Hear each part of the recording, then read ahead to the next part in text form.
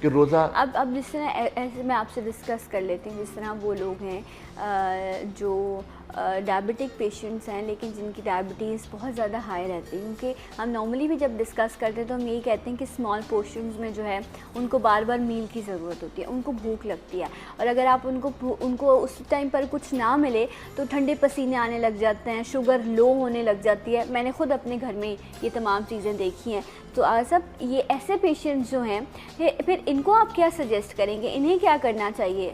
دیکھیے طبی اعتبار سے ایسے لوگ جو ہائپوگلائسیمیا میں چلے جائیں، جن کا شوگر لیول 60s کے لیول پر آ جائے، وہاں پر جو سب سے پہلا عمل جسم میں ہوتا ہے وہ ہوتا ہے کہ جسم کے جو سیلز ہیں وہ مرنے شروع ہو جاتے ہیں.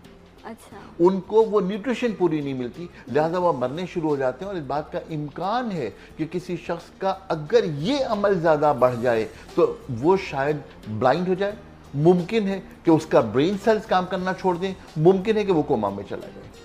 تو لہذا اس مرحلے پر آنے سے پہلے آپ کو روزہ اصولی طور پر کھول لینا چاہیے. اچھا، تو مطلب یہاں یہ بات ثابت ہوئی کہ اگر شوگر ہائی ہوتی ہے تو وہ بھی آپ کے جسم کو نقصان پہنچاتی ہے، آپ کے آرگنز کو ڈیمیج کرتی ہے، اور اگر شوگر لو ہو جائے تو بھی وہ جان لیوا ثابت ہو سکتی ہے. نہیں، جو شوگر بڑھ جائے تو وہ نقصان دہ ہو سکتی ہے لیکن جان لیوا نہیں ہو سکتی. اس سے کہ لوگ 500 بھی اوائڈ کر سکتے ہیں. 500 سب میرے ابا کی 1027 ریکارڈ شوگر تھی، میں بھول نہیں سکتی وہ وقت. بات یہ ہے کہ وہ سروائیو کر سکتے تھے نا، لیکن 60s سے نیچے کوئی سروائیو نہیں کر سکتا. تو جو شوگر کا کم ہونا، ہائپوگلائسیمیا کا ہونا ہے، یہ زیادہ نقصان دہ ہے انسانی جان کے لیے. اچھا، یہ مجھے بتائیں، جتنے ڈائبٹک پیشنٹس ہوتے ہیں، کچھ لوگ ہوتے ہیں جن کی ہمیشہ شوگر بڑھتی ہے، کیا ایسے بھی ہیں جن کی ہمیشہ کم ہو جاتی ہے؟ ایسا بھی پرابلم رہتا ہے؟ جی، بہت سارے لوگ ہیں جن کے ساتھ تھوڑا سا یہ ہوتا ہے کہ وہ چلتے ہیں، تھوڑا سا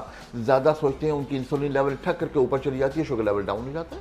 ایسے بھی لوگ ہو سکتے ہیں. یہاں پر مجھے ایک چھوٹی سی بات کی وضاحت کرنی ہے شوگر کے حوالے سے جب ہم بات کر رہے ہیں. دیکھیے، شوگر کا جو پیشنٹ ہے وہ عام طور پر 2 ڈوزز لیتا ہے دوا کی. جی. ایک ڈوز لیتا ہے وہ صبح ناشتے کے وقت، اور ایک ڈوز لیتا ہے وہ رات کو.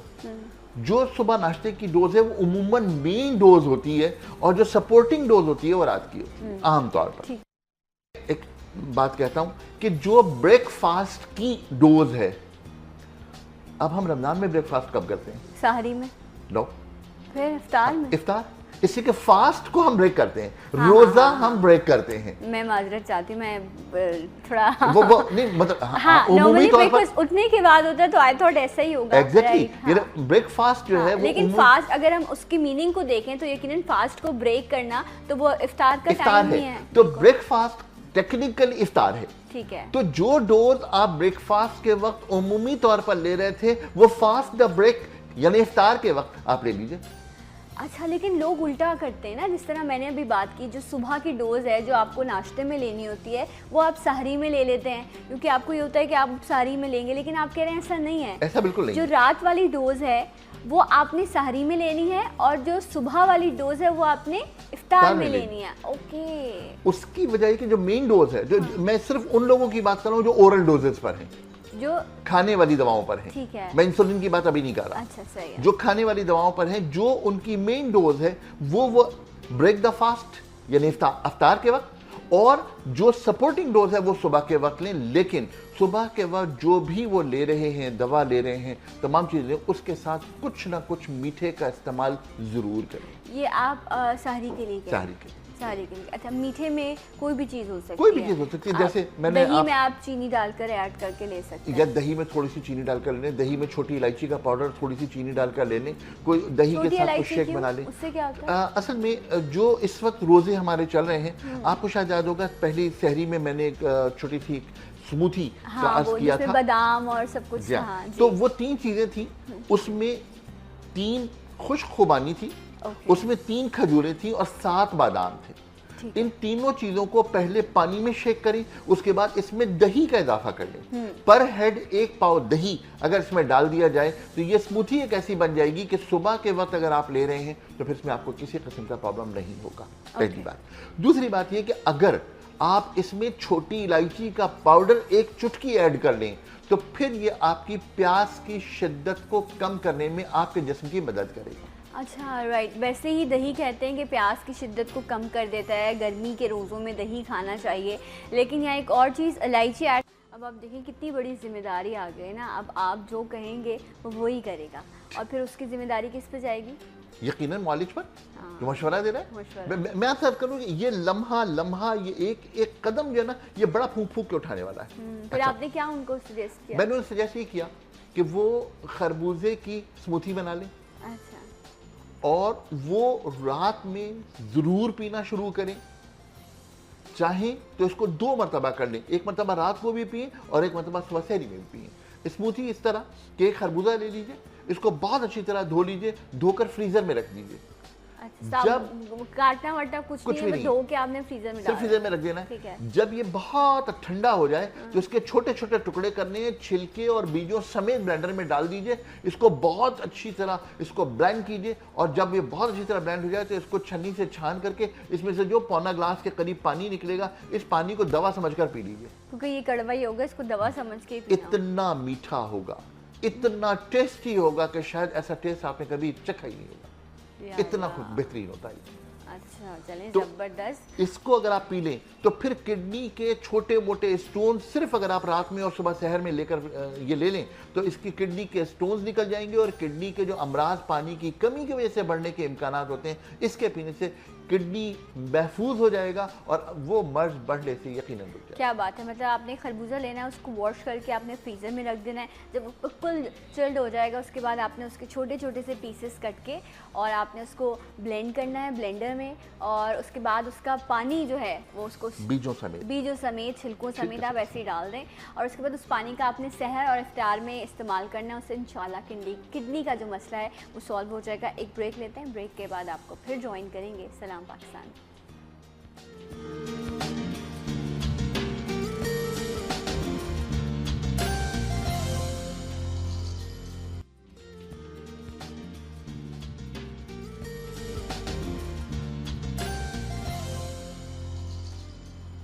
ونس اگین ویلکم بیک، سلام پاکستان ناظرین، آپ سب کو خوش آمدید۔ اور ہم بات یہ کر رہے تھے، آغا صاحب ہمارے ساتھ موجود ہیں، کہ رمضان میں جو لوگ کسی نہ کسی طرح کے مرض میں مبتلا ہیں ان کو روزے میں کسی اگر پریشانی میں وہ آ جاتے ہیں تو ان کو کیسے اس کو ڈیل کرنا چاہیے، روزہ بھی رکھنا ضروری ہے، اور اپنی طبیعت کو کیسے آپ بہتر رکھیں گے، تمام چیزیں ہم ڈسکس کریں۔ ایسا یہ لوگ جس طرح ابھی آپ نے شوگر کی بات کی، شوگر کے پیشنٹ کی، کڈنی کے حوالے سے بات کی، وہ لوگ جو بلڈ پریشر کے مریض ہیں، یا وہ لوگ جو باہر گرمی میں آؤٹ ڈور ایکسپوجر ان کا سن سے بہت زیادہ ہو رہا ہوتا ہے اور وہ کام کر رہے ہوتے ہیں، میں نے نہیں دیکھا کہ لوگ جو ہے وہ امبریلا چھتریوں کا استعمال کریں یا سروں پر کپڑا رکھیں یا منہ کو ڈھک لیں۔ ہم پنجاب چلے جائیں وہاں پر تو آپ کو یہ مناظر پھر بھی نظر آ جاتے ہیں، لیکن ہمارے شہر میں ایسا نہیں ہے۔ ہم یہ سوچ کر نہیں کرتے کہ لوگ کیا کہیں گے، کہ تم اپنا خیال کرنا زیادہ امپورٹنٹ ہے۔ ابھی بھی آج بھی کافی گرمی ہے ہمارے شہر میں، ایسے لوگوں کو آپ کیا سجیسٹ کریں گے کہ اکثر بلڈ پریشر لو ہو جاتا ہے گرمی کی وجہ سے، یا کچھ لوگوں کا گرمی میں ہائی ہو جاتا ہے، کیا کرنا چاہیے؟ بہت خوبصورت سے ایک ہیٹ خریدیں، اچھا ٹھیک ہے، اور بہت اچھا سا ایک تولیہ لیں، اس تولیے کو گیلا کر کے نچوڑ لیں، اس تولیے کو پیچھے اپنے پہننے اوپر سے ہیٹ لگا لیں، وہ خوبصورت لگیں گے، انہیں کسی کی وہ اس کا احساس نہیں ہوگا، لیکن سیلفیز لیں اپنی، لے لیں پھر لیکن اصل میں بات یہ ہے کہ یہ وہ تمام احتیاطیں ہیں جو آؤٹ ڈور کام کرنے والے کو لازماً کرنی ہیں۔ اگر وہ نہیں کرے گا تو پھر جو جسم سے پسینہ زیادہ نکلے گا، ہمارے جسم کے الیکٹرولائٹس کم ہو جائیں گے، پانی کی کمی ہونے لگے گی، اس سے اس کے لیے زندگی میں بہت سارے مسائل پیدا ہو سکتے ہیں۔ اوکے رائٹ، تو آپ کو یہ احتیاط کرنی پڑے گی، اس کے بغیر نہیں۔ اور لاسٹ ایئر کیونکہ کراچی میں ایک بہت بڑا بہت اسٹروک کا ایک مسئلہ تھا، اس مرتبہ الحمدللہ بہت ساری یعنی ان تجربات سے فائدہ اٹھانے کے بعد بہت ساری جو احتیاطیں کی گئی ہیں، مجھے ایسا لگتا ہے کہ شاید وہ جو ایک بہت بڑا ایک فگر ٹال تھی کہ جی 2000 2500 ہو گیا تھا. میرا نہیں خیال کہ اس مرتبہ بہت زیادہ ہو پائے گا، اس لیے کہ لوگوں نے بہت احتیاطیں کی. اچھا ویسے اللہ کا شکر ہے کہ ایسی پریڈکشنز غلط ہو گئیں اور ہونی بھی چاہیے، ورنہ بہت زیادہ جو ہے وہ خبر یہی تھی کہ اس بار 2-3 ہیٹ سٹروکس رہیں گے، بہت زیادہ مسائل رہیں گے. لیکن دیکھیں یہ رب کی قدرت ہے، رب کہتا ہے نا کہ میں قادر و مطلق ہوں. لوگ اپنی بات کرتے ہیں اور جب رب کے کرشمے ہوتے ہیں تو انسان حیران و پریشان رہ جاتا ہے. اور پہلا ویک اللہ کا شکر ہے آج تیسرا روزہ ہے، بڑی بہتر طریقے سے گزرا. گرمی سیلف موجود ہے لیکن وہ والا حال نہیں ہے جو ہم نے لاسٹ ٹائم جتنی تمام چیزوں کو جو ہے وہ فیس کیا ہے. لائٹ ماشاءاللہ سے جاری ہے، میرے گھر پہ بھی پوری رات لائٹ نہیں تھی، بڑی پریشانی سے جو ہے نا وہ سحری ہو رہی ہے، افطاری. آپ بتائیں آپ کے کیا حال ہے لائٹ کا؟ ہر روز یہ لائٹ ایسی چیز ہے کہ جس پہ ڈسکشن ہو رہی ہے. نہیں ایک ہی جیسا حال ہے سب پاکستانیوں کا، لیکن یہ کہ کچھ لوگ کچھ سہولتوں سے فائدہ اٹھا لیتے ہیں، کچھ لوگ سہولتیں نہیں ہو پاتی. بہرحال یہ تمام چیزیں تو زندگی کے ساتھ ہیں، پاکستانیوں کے ساتھ ہیں. اور بات یہ ہے کہ تمام مشکلات کے باوجود وہ آخر میں کہتے ہیں کہ یہ دل تو پاکستان ہے. دل تو پاکستان ہے، بالکل. پاکستان زندہ باد، پاکستان پائندہ باد، یہ تو نعرہ ہمیشہ زبان پر رواں رہنا چاہیے. صاحب یہ بتائیں کہ جب آپ روزہ تو ماشاءاللہ سے آپ کام کرتے ہوئے گزر جاتا ہے، گزارنا بھی چاہیے. گھر آپ عبادت کریں، آپ قرآن کی تلاوت کریں. یہ مہینہ قرآن کا مہینہ ہے، جتنا ہو سکے آپ جو ہے تسبیح کیا کریں. لیکن جیسے آپ روزہ افطار کرتے ہیں ماشاءاللہ سے رب کی نعمتیں آپ کے سامنے ہوتی ہیں، اس کے بعد آپ بالکل ڈاؤن ہو جاتے ہیں، بالکل لیزی. اس وقت پھر عشاء کی نماز پڑھنا، باقی تراویح پڑھنا، قرآن پڑھنا بہت ہی مشکل ہو جاتا ہے کچھ لوگوں کے لیے. سب کیا ایسا کچھ سجیسٹ کریں گے کہ وہ افطار میں ایسا ہو کہ اس کے بعد وہ آپ کے لیے انرجی بوسٹر کا کام کرے؟ سب سے پہلی بات تو یہ ہے کہ بہت ٹھنڈا پانی روزہ کھولتے ہی استعمال نہ کریں. اچھا بہت ٹھنڈا پانی استعمال نہ کریں. ٹھیک ہے چلو، گرمی ہے نا تو لوگ بہت برف کا استعمال اصل بات یہی ہے کہ یہاں پر مسائل پیدا ہوتے ہیں. اگر آپ پانی پئیں گے تو بھی وہ پیاس آپ کی بجھا دے گا آہستہ. اچھا دوسری بات جو بہت امپورٹنٹ ہے کہ ہم ایک ڈرائی چیز لے رہے ہیں جو تلی ہوئی پکوڑے ہیں، سموسے ہیں، رولز ہیں، پتہ نہیں کیا کیا چیزیں لائن سے لگی ہوئی. نو، ان تمام چیزوں کو تھوڑا سا اوائڈ کر کے اس وقت آپ فروٹ چاٹ لیجئے. وہ بیچاری سائڈ پہ رکھی ہوتی ہے، اس کو آخر میں اس کو کوئی لفٹ کرا. حالانکہ سب سے زیادہ امپورٹنٹ چیز وہی ہے. سب سے پہلے کھجور لیجئے، کم ٹھنڈا پانی لیجئے اور اس کے بعد فروٹ چاٹ لیجئے. تھوڑا سا انتظار کیجئے، نماز پڑھ لیجئے اور نماز کے بعد آپ کھانا کھا لیجئے، باقی دنیا کی نعمتیں استعمال کیجئے. اس طرح کی جو کنڈیشن ہے آپ کی بالکل نہیں ہوگی، بالکل نہیں ہوگی. اچھا فروٹس میں کیا ہے؟ فروٹس میں کیونکہ گلوکوز موجود ہے، انسٹنٹ انرجی موجود ہے، اور کیونکہ شروع میں انسٹنٹ انرجی آپ کھجور لے چکے ہیں، اس کے ساتھ آپ نے پانی اتنا لے لیا ہے کہ جو تمام چیزوں کو مینیج کر لے گا. اب نماز کے بعد اگر آپ کو افطار لیتے ہیں اور اس کے ساتھ کھانا لیتے ہیں تو پھر آپ کو اس طرح کی ویکنس والا معاملہ نہیں ہوگا. رائٹ. اور آپ یہ دیکھیں نا افطار کا ٹائم بھی تقریباً 7:20 7:21 کے قریب ہے. تو جب آپ کھجور لے لیں، تھوڑا سا فروٹ لے لیں، آپ کو جو بھی جوس پینا ہے، اس کے بعد جب آپ نماز کا وقفہ کر کے اب واپس دسترخوان پر آتے ہیں تو تقریباً 7:45 بجے کا ٹائم ایسا ہو جاتا ہے. وہ بہترین وقت ہے کہ جس ٹائم آپ اپنا ڈنر کر لیں. نارمل روٹین میں بھی یہی ہونا چاہیے کہ 8 بجے قریب آپ اپنا رات کا کھانا کھا لیں، جو ہم ڈسکس کرتے ہیں.